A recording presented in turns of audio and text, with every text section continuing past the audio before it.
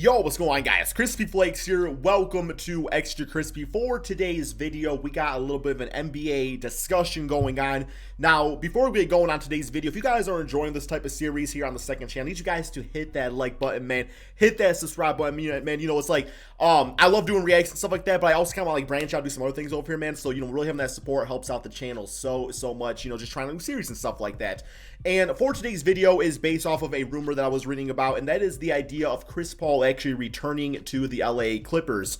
So as we all know, a lot of teams are going to be interested in Chris Paul this NBA offseason, and really the two big ones are the two teams in LA, the Lakers and the Clippers, man. And either one of those teams don't want the other team to get it because in the end of the day, I know like every basketball team is their own separate entity and stuff, but at the same time, it just seems like there's like that competitiveness factor between the Clippers and the Lakers, especially the Clippers, who are proving they're more than just the second team out in LA.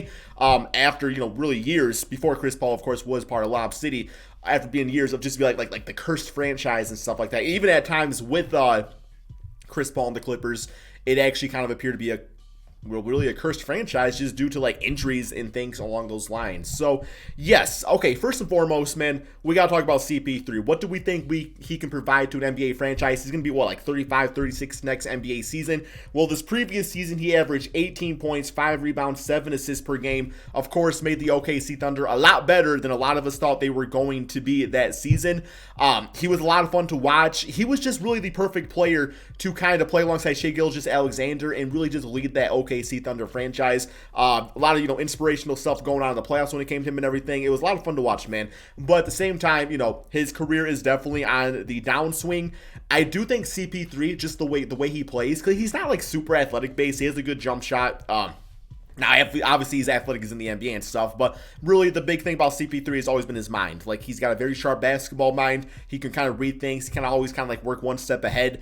And while he's been really essentially a number one or number two option his entire NBA career, I do think he has a career till about the age of 40. I really think he can play till the age of 40, being like a third or fourth option point guard on hopefully a championship team, because CP3 is one of my favorite point guards of all time, and I would absolutely love to see him actually get a ring. So, okay.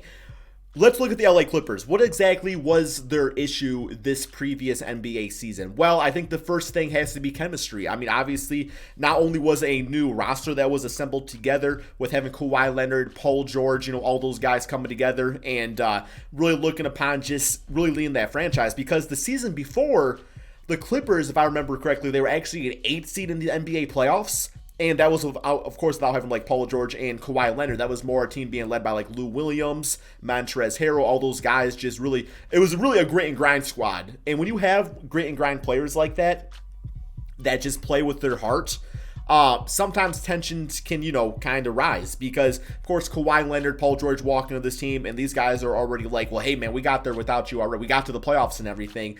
So then you have to incorporate these two guys. I mean, Kawhi Leonard, not really a very, like, spokesful leadership type of player. Paul George, I mean, I really don't know what his personality's like, if I'm being 100% honest. I feel like maybe Paul George can definitely be one of those guys who feelings get kind of hurt kind of quickly. So, obviously, if you're not playing great, if players like Patrick Beverley, Montrezl are kind of taking little stabs at you here and there, eventually that's just going to ruin chemistry going forward, right? And then obviously the load management, there was rumors reported that a lot of the players were pissed off at Kawhi Leonard for, taking games off and stuff. So he still played like 60 games on, or I think it was 57 games on the season. It was either 57 or 60, because whatever it was pretty close to the amount of games he actually played in Toronto this season before winning a championship. So obviously he knows his body. He knows that, when push comes to shove, when he has to pick it up, it's time to pick it up, right, man? But overall, those... The team had a ton of talent. It was one of the deepest teams in the NBA. It was the team that I actually had winning the championship. Man, I went on a limb there saying the Clippers were going to win the championship, which obviously, Clipper curse. Maybe I should have went against that, right?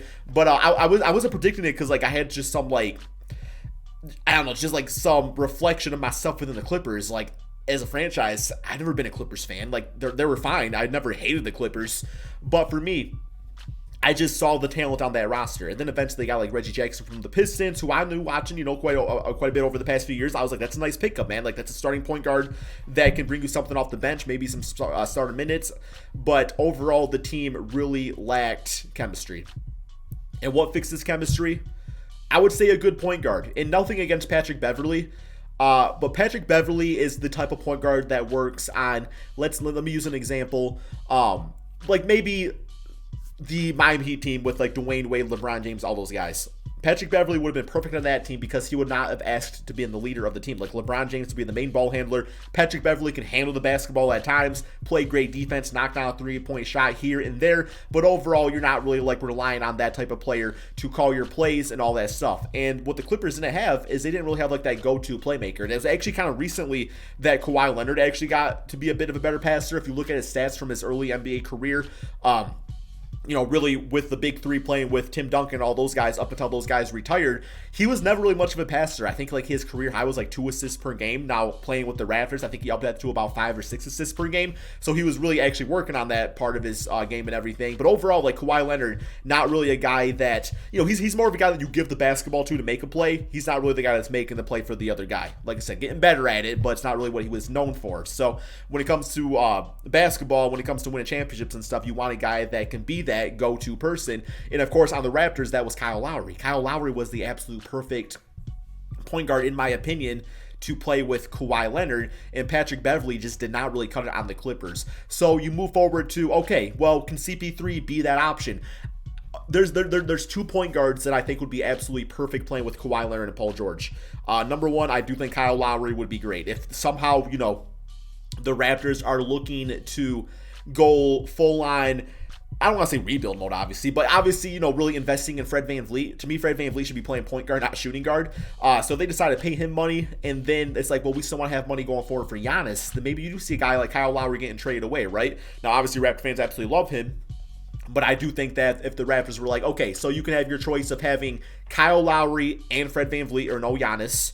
You can have your choice of having Kyle Lowry for now, and then Giannis, or you can have your choice of having Fred VanVleet and Giannis. Then, in my opinion, man, it's like the smart choice would be Fred VanVleet due to age and Giannis, right? So that's just financially how stuff would have to work out. So I do think Kyle Lowry would be the perfect fit, but ultimately speaking, man, you know, CP3 would also be absolutely perfect. I just think he's at that point in his NBA career. And actually looking at Lob City, like what was always the big issue with Lob City? Well, Lob City, it was CP3, JJ Redick, some sort of old head or just like trash small forward that didn't really deserve to start in the NBA, Blake Griffin and DeAndre Jordan. So CP3, he always had great big guys to work with. You even look back at like the back when he played for the Hornets / Pelicans, his team was typically, you know, once again, it was CP3, but this time it was always a good front where he had David West, who was an all-star, Tyson Chandler, who was a great, you know, pick and roll player, defensive player, anchor player in the middle for CP3. But then you looked at like the 2 spot was like Mo Pete, somebody like that, and then like James Posey at the 3, Peja Stojakovic, somebody like that. So historically, Chris Paul's never played with absolutely like fantastic perimeter players, especially like wing players. It's always been like JJ Redick, who was running off the screens, and then like I said, some sort of small forward that was just either a 3-point shooter or a guy that didn't really bring a lot offensively. So it would be a very interesting change of pace to see Chris Paul play alongside 2 great perimeter players in Paul George and Kawhi Leonard. And I just think for really the confidence of, you know, Paul George, who of course is kind of like the new Kyle Lowry of the NBA. I say that because Kyle Lowry, before he got his championship, was known as a big-time choker in the playoffs, and obviously, you know, being pandemic P or playoff P, whatever you want to call him these days, that's kind of what Paul George is looked upon now, man. So I think Chris Paul having him in the playoffs settle things down.